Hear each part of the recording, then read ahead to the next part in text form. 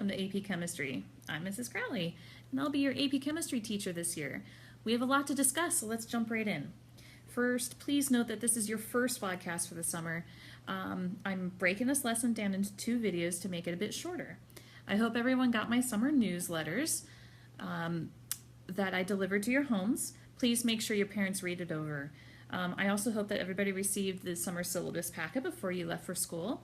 And if you lost that, you can still recover it. It's available online at our class website, www.crowleyscience.com. And it looks like this. So this is where you're going to find all your notes, podcasts, guided notes, and updated calendar. This will be your main source of all current information and assignments. It's going to be vital that you keep good record of what assignments are given and when they're due. On the first day back to school, we will review all the materials from your summer packet and the syllabus. You'll be given plenty of time to finish this assignment if you didn't get it done by the first day back. I will work with you individually if you need, and I'm always here to help you, so don't hesitate to ask for more time if you need it. And in case you didn't guess, this class is very different from your traditional lecture, notes, and lab type science class. Most lectures will be given through these vodcasts, and you'll need to complete them outside of normal class time. They range from 30 to 45 minutes in length, but you can't just jump right in. You're expected to read and or skim the chapter before you begin your lectures. So it's highly recommended, even by my previous students, that you take your own notes on the reading from the text in your own notebook. It makes these vodcasts faster because you won't have to pause and rewind nearly as often. These vodcasts can easily take you longer than an hour if you're not prepared at first. So schedule your time carefully. You'll also need a quiet zone, or what I like to call a nest, in order to study without distractions. This place should include access to maybe a computer in which you avoid social media like Facebook and Twitter and other outside distractions. So try to break up the assignment so that you're not doing it all at once. A good study practice is 25 minutes on, 5 minutes off, and during your off time, get up, stretch, exercise, maybe do a phone call to your friends. But cramming or waiting until the last minute, especially at night, to do these assignments is a huge mistake. So schedule that time very carefully. And remember, skipping these videos or not doing your guided notes is like skipping a class or a lecture. Don't do it. Keep track of when assignments are due and don't wait until the last minute to do them. I often post vodcasts very early so that you can maybe get ahead, maybe on the weekends or whenever you have available time. I know you guys are very busy. So finally, I would like to talk about another amazing resource that we are going to be using this year, and it's called Flynn Test Prep. I'll be giving each of you an access code to help you review basic chemistry concepts. Later in the year, however, you will be gaining access to more in-depth topics, more AP-specific topics. But for now, it'll make a great review for those of you who need a little review on some of the topics that you may have forgotten from honors chemistry. But trust me, you'll catch up quickly. All right, let's discuss some resources I need you to have on the first day of class. First up, you're going to need a carbonless lab notebook. I recommend that you get at least 100 pages. They offer some that are bigger and smaller, but this is what most of my students had last year, and depending on how big you write, you may find yourself needing to purchase a second one by the end of the school year. All right, some students love to buy their own lab coats, which is perfectly fine. I don't like the lab aprons that I have in my classroom, but they're always available to you if you need them. The reason why I don't like them is because they have an open back where they tie. So if you do decide to purchase your own lab apron, just make sure that it goes down, that it's long sleeved and it goes down to your knees. Some students also love to get their own comfortable lab goggles. I would prefer that you wait to purchase these until I can show you exactly what they need to look like, because they have to have some very specific specifications. All right, the next thing that you're going to need is a calculator. It must be scientific with a log, anti-log, square root, and exponent. If you're also planning to go into calculus at some point, I would recommend that you just break the bank and get yourself a really good TI graphing calculator. There are certain advantages to purchasing a graphing calculator for AP Chemistry. We sometimes have to do a quadratic solve. So I can obviously show you how to do it the old-fashioned way, which takes a little bit of math and a little bit of, pen to paper type method, but it is much easier if you get a graphing calculator with a formula solver. All right, that just about does it. At this point, you're going to want to make sure that you have read chapters 1 and 2 before you proceed. You'll also want to download the guided notes that go along with this vodcast. And if you don't have a printer, please don't panic. Just do these questions on a separate sheet of paper. As always, if you have any questions, feel free to email me at any time, even if it's over the summer. All right, let's begin. Here are the topics that we are going to cover in this first vodcast. Rules for sig figs, review of dimensional analysis, density as a conversion factor, and some of the basics of the mole, which should be a review. I will be creating another vodcast that will jump us into chapter 2, but for now, let's begin. All right, everybody, let's begin. All right, so significant figures. I know my chemistry, baby, and you've got one significant figure. Haha, funny, funny. All right, let's begin. All right, so rules for calculating significant figures. Every non-zero, 1 through 9, is considered to be significant. So I gave you a couple examples. The only digit that we really have to concern ourselves with is that pesky 0. Sometimes it counts, sometimes it doesn't count. And it can be difficult to figure out when it does. So there's only one rule for non-zeros, right? Well, we have about 4 others when we do have zeros. So those zeros are the hard ones. Let's take a look. So zeros appearing between non-zeros, kind of like the examples that you've got right here, they are significant as long as they have a sig fig on either side of them. It's kind of like how book ends, like on a shelf. Bookends will support the books in the middle, and that's basically what we have here. As long as you have sig figs on either side of those zeros, and it has to be on both sides, then those zeros in between have magically become significant. All right, zeros on the left in the front of a number, and you're like, when will we ever have zeros in the front? We only see zeros in the front when we have tiny numbers like decimals. So zeros in the front don't count. That's the rule. Zeros in the front don't count because we can eliminate them whenever we use scientific notation. So as you can see in these bottom 3 examples right here, sorry, these guys right here with the 10 to the negative 3, those last 3, sorry, that doesn't look like scientific notation. I gotta fix that. But anyway, you can eliminate those zeros by placing the value of the number into scientific notation. So remember, zeros in the front don't count. All right, here we go. Zeros at the end of a number have to be to the right side of a decimal point in order to count. So they not only have to be at the end of the number, but they also have to be to the right of a decimal place.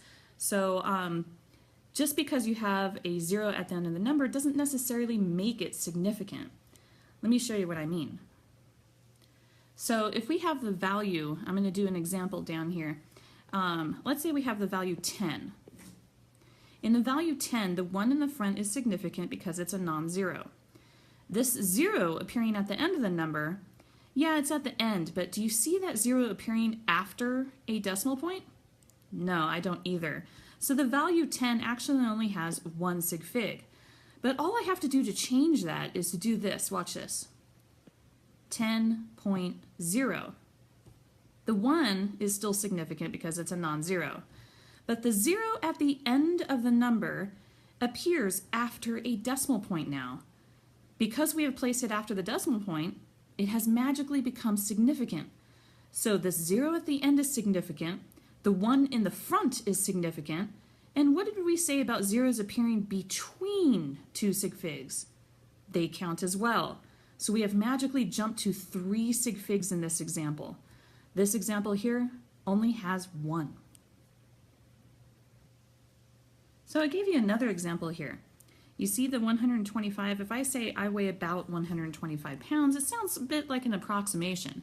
But if I say I weigh 125.00 pounds, well, that adds some significance to the value.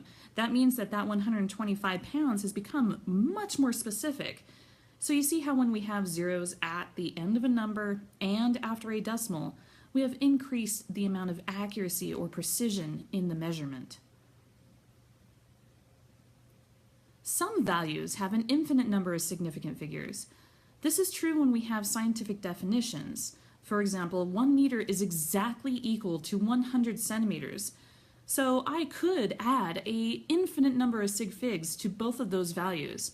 I could say 1.00000000000 meters is equal to 100.00000000000 centimeters. So you see how they have an infinite number of sig figs and they go on, their sig figs go on forever. So when we have a situation like that in any of our math that we do in chemistry, what we'll typically do is look at the actual number of sig figs provided in the problem itself. A general rule of thumb is however many sig figs you see in the problem is how many you should probably use for your definition. In my other example here, you see how I use the value pi. If you just round the value of pi, you can round it to just 3 sig figs by saying 3.14. But when you're using some of these more complicated problems in AP chemistry, you may find yourself needing more than just 3 values there. So sometimes it's helpful to actually look up some of these conversion factors or some of these definitions and just making sure that you're using the proper number of sig figs. All right, let's get some practice here. So let's determine the number of sig figs in each of these measurements. So starting with the idea that the only values, the only digits that you really have to worry about are those zeros. In this first example, you've got the 5, the 4, and the 6. So you know all of those are significant. And the thing that you have to remember is that zeros in the front don't count. All right, so this guy's got 3 sig figs. In the next example, the 1 and the 5 are good. The question is, what about those zeros in between? Do you remember the bookend rule? All right, anytime you have sig figs on either side of zeros, all right, and make sure you understand that you have to have a significant figure on the left and you have to have a significant figure on the right. And as long as you have that, all of the zeros in between become significant. So this guy's actually got 5 sig figs.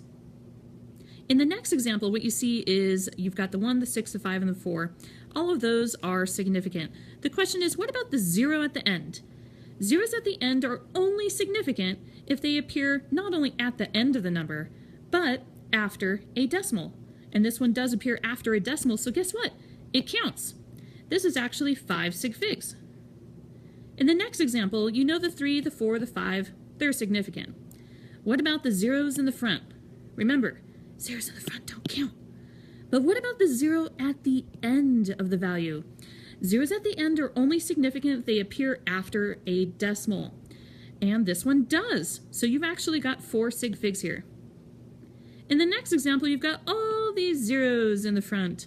Remember, zeros in the front don't count. So the only one that counts here is that 6. That is 1 sig fig. In our final example, we have the 1 and the 4. The question is, what about the 0 at the end? Yeah, the 0 is at the end of the number, but is it after a decimal point? No, it's not. So this is actually only 2 sig figs. All right, here's a little chemistry humor for you, because what we're going to show you next is how to round to a specific number of sig figs. So when we get these crazy long answers on our calculators, I want you to be able to round them to a specific number of sig figs. So in our first example, or in all of these, I want you to round to 4 sig figs. So let's take a look at that first one. What we're going to do is, what I'd like to do is I start from the left, and I find the very first figure, significant figure that counts, and I count over to how many I need. So I know in this first example, I'm going to look at the 3, the 1, the 4, that's 3 sig figs. I need 4, so I'm going to count the 7. But what I'd like to do is double check that last value to see if I need to round it up. You see how next to him you have a 2? If that 2 was a 5 or higher, you would need to round the 7 up. But luckily we don't need to do that, so we should report our final answer here as 314.7 meters. In our second example, we have all those zeros in the front. Remember, zeros in the front don't count, so the first digit that matters to me is the 1. Let's count over 4 sig figs. 1, 2, 3, 4. So the last value here is the 5. Do you need to round the 5 up? No, you don't. So let's get that 0, 0 in the front. You can't get rid of those because they're kind of like placeholders. And then we're going to go 1, 0, 0, 5. Now you can report your answer like this, or you can choose to put this into scientific notation, which would be perfectly fine.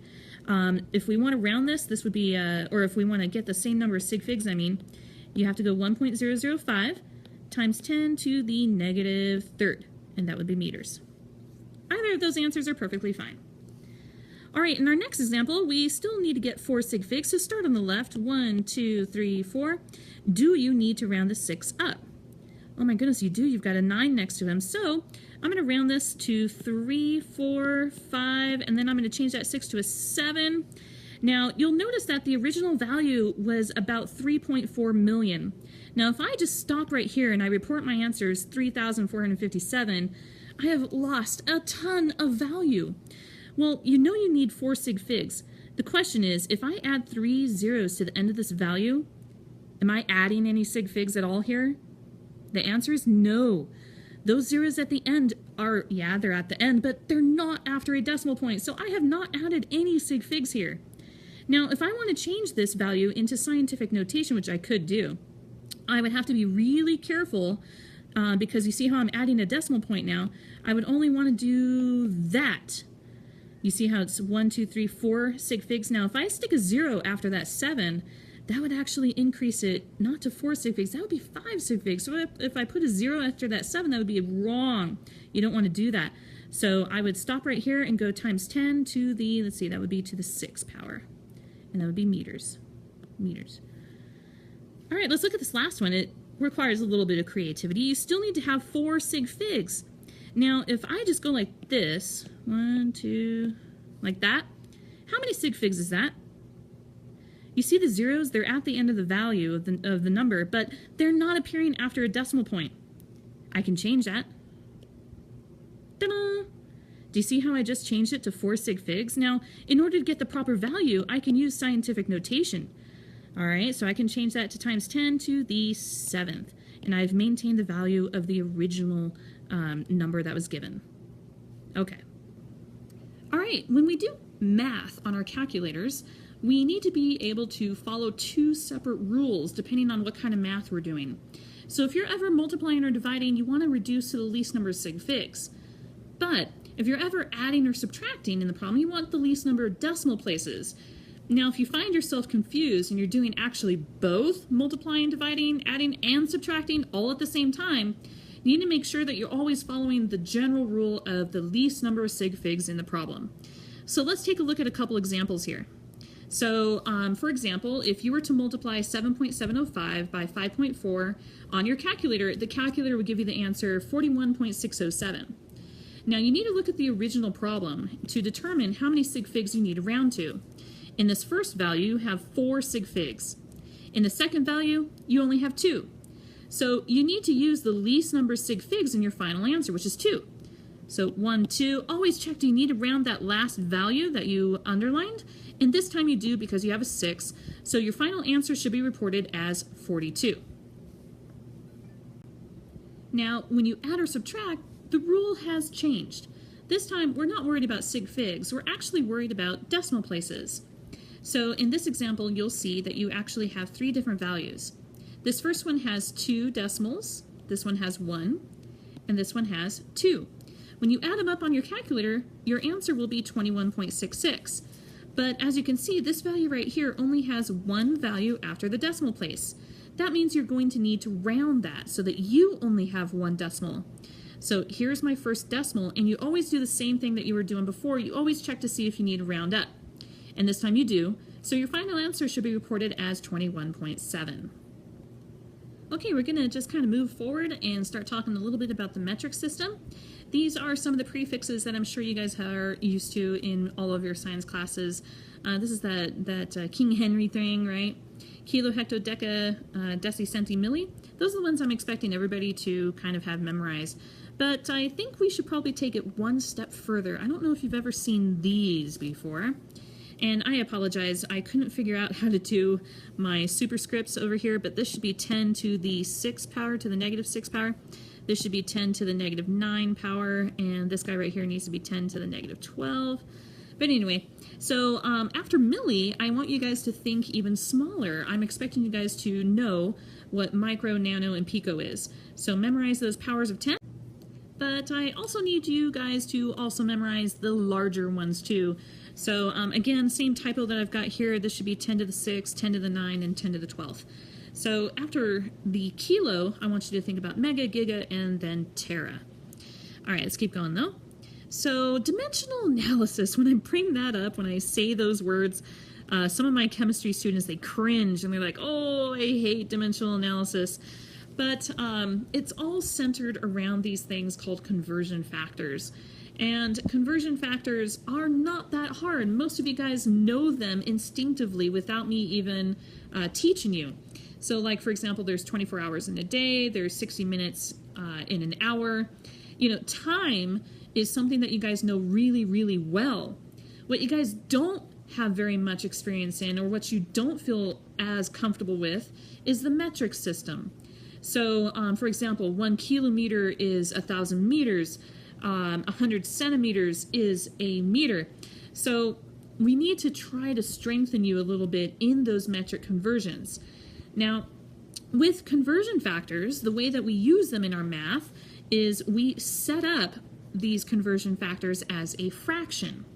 So down below, these are some examples of some conversion factors that are pretty common to you. So over on the left here, you guys are very familiar with the fact that 1 hour is equal to 60 minutes. They're equivalent.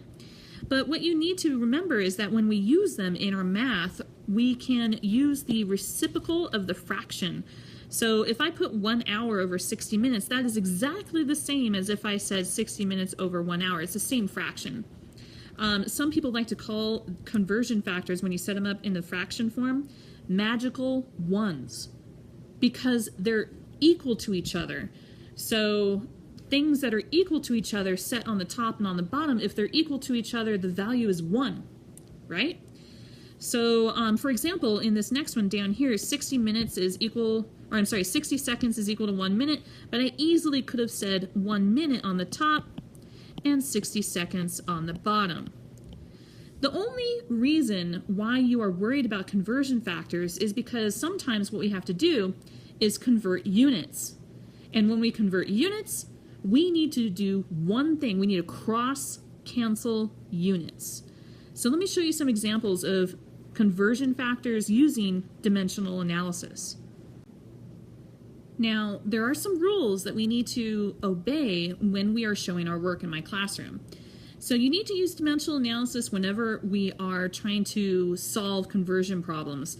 And when you do that, you need to make sure that you're showing all your work, that you are including your units, and make sure your units cancel out. And remember, everything on the top is multiplied and everything on the bottom is divided from the top. And please make sure that your final answer reflects the correct number of sig figs and includes units. Otherwise, you're going to be docked points, and nobody wants that. All right, so let's take a look at some real examples. Here's your first one. Let's convert 62.0 inches into centimeters. Now, the first thing that you probably want to do is map what you're doing. You're trying to go from inches to centimeters. The next step or thought process that you need to use is to figure out, do I know a conversion factor that can take me straight from inches to centimeters? Can it be done in one step? And when you look it up, sure enough, you see a beautiful conversion factor that will take you straight from centimeters to inches. There are 2.54 centimeters in an inch. So we can use that conversion factor in two different ways. Remember the fraction? So you can set it so that 1 inch is on the top and 2.54 centimeters is on the bottom, or you can do the reciprocal. You can flip that. Now, a note should be made here that we could have also said that 1 centimeter, the little guy, is equal to 0.394 inches.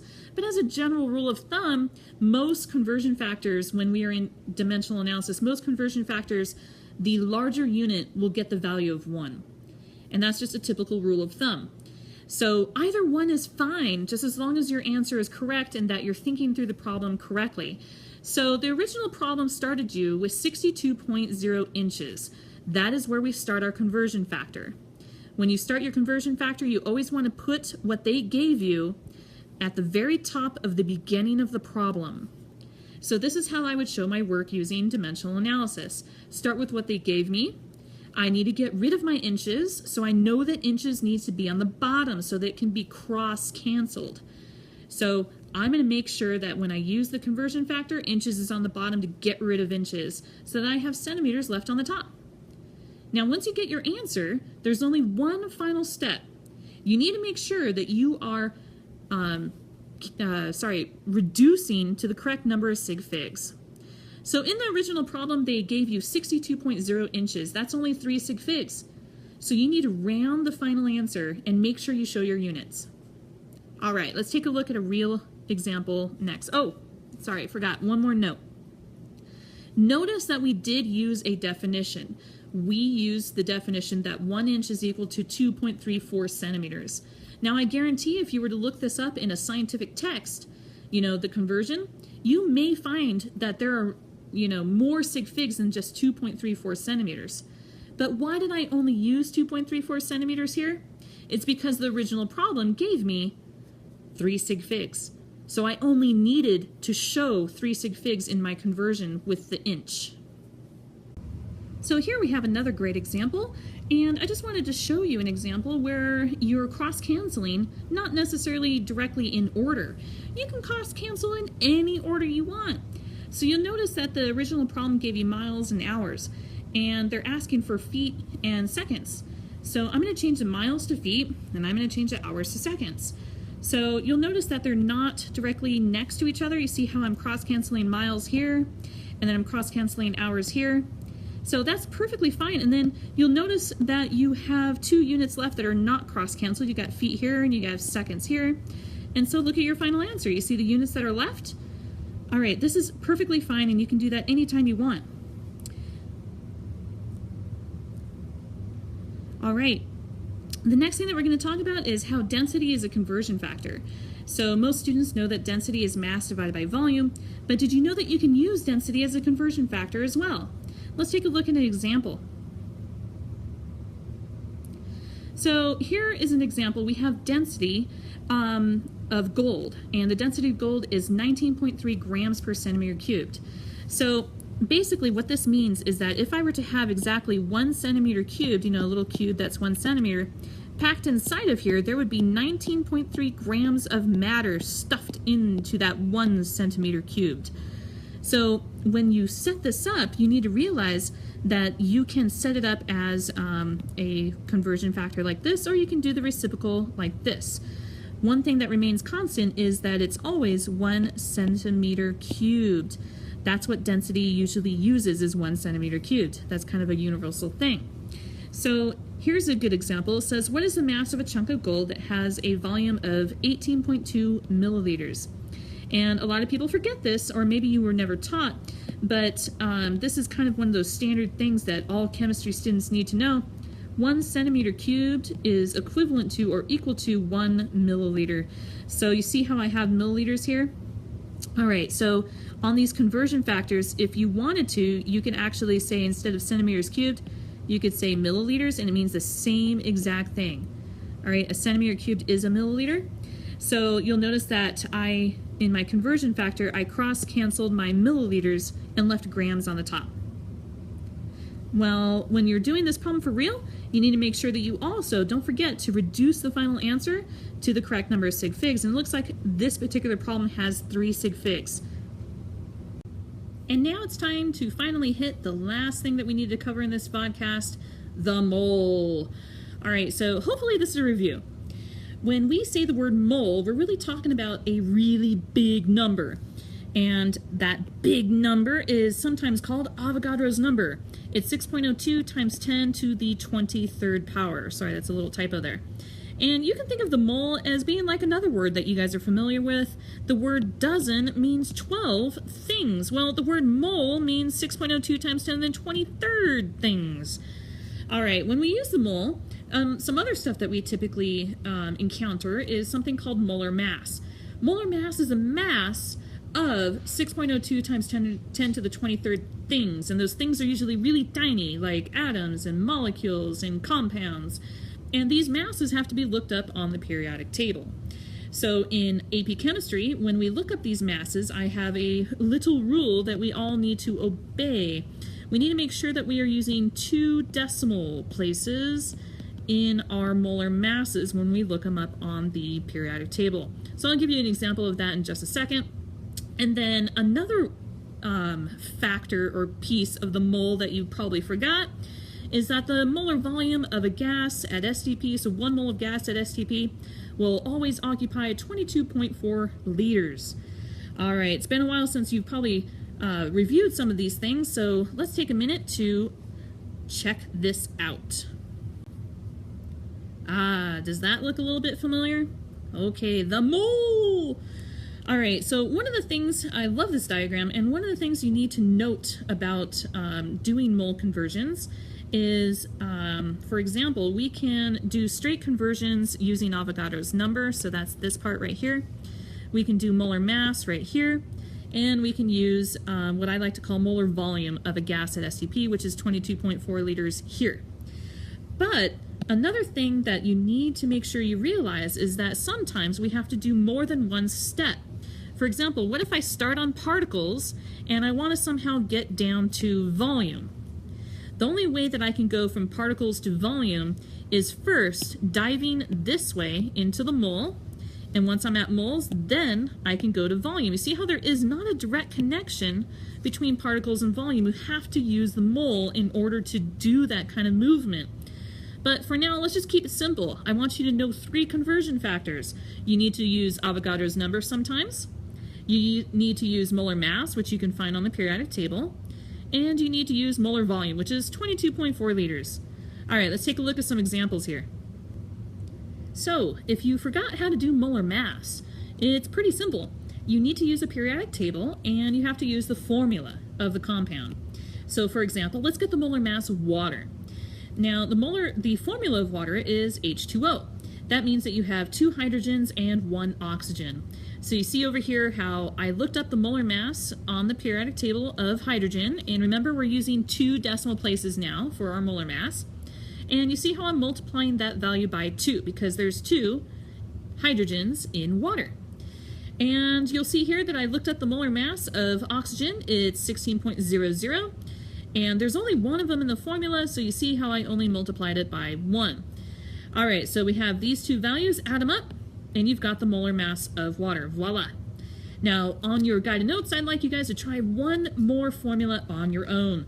Can you do this one by yourself, H2SO4? Please do that in your guided notes. Pause for a minute, look up a periodic table. You can find loads of them on the internet. I also keep a pretty good one for you guys on the first day of school. I'm going to give you guys a really nice periodic table. But until then, just look it up on the internet and pause the video here if you need to, and we'll continue in just a second. All right, so here you see 2 different examples. The one on the left, this is actually, as you can see, a 2-step problem. What I did is I gave you guys the mass of copper, and I wanted you to figure out how many atoms of copper were present.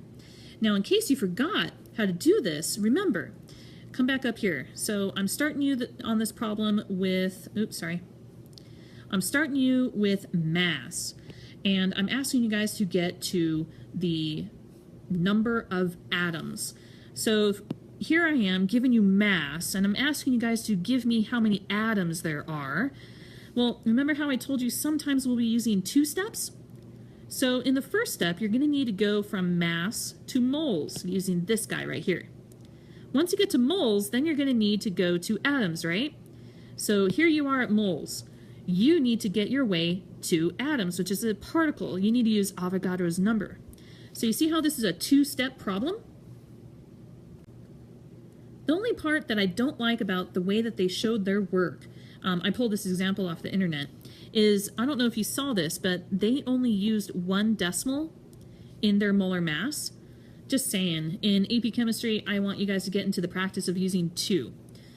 All right, so anyway, and you'll also notice a problem with their final answer, with the way that they reported their final answer. I would like you guys to try to do this problem correctly in your guided notes. I want you to use the correct molar mass for copper, and I want you to give me the correct number of sig figs in your final answer. So give that a shot. You got the basic idea here. Try it on your calculator and see what you get. All right, on the next problem over here, in this example, you are starting with volume in liters, and you are asked to give me how many moles. Now, if you think back to that diagram, this is a simple 1-step conversion. You just need to make sure that you start your problem with what they gave you, and that you realize that you need to go from volume to moles. So you need to cross-cancel that volume, the liters. You see how they cross-canceled liters? And they put the 22.4 liters on the bottom. Now you need to do one final thing to this answer. You see this? Too many sig figs. So look at the original problem. This guy's got 3 sig figs, and then we use 22.4, which also has 3 sig figs. You need to reduce this to 3 sig figs. 1, 2, 3. Do you need around the 1? You sure do, because you've got that 8 right there. So the final answer should actually be reported as 2.22 moles. All right, everyone. I know that these problems can cause a little bit of stress, but I want to remind you that I'm here to help you. So if at any time you feel lost or if you need some additional assistance, make sure that you remember to talk to me first. You can email me. And also check the internet, check the website, our class website, because I'm going to be putting a ton of extra resources for anybody who doesn't understand any of this and needs maybe kind of a different approach. I have a lot of extra resources that I love to use. I've subscribed to many different channels on YouTube. I've got some of my favorites. So I'll be posting some additional resources for you, and make sure you check it out, okay? No stress, no worries. I want you guys to enjoy your summer, so I hope this video wasn't too long, and email me questions if you need to, okay? Talk to you guys later, and don't forget, you have another Vodcast coming up. I'll talk to you guys later, though. Bye-bye.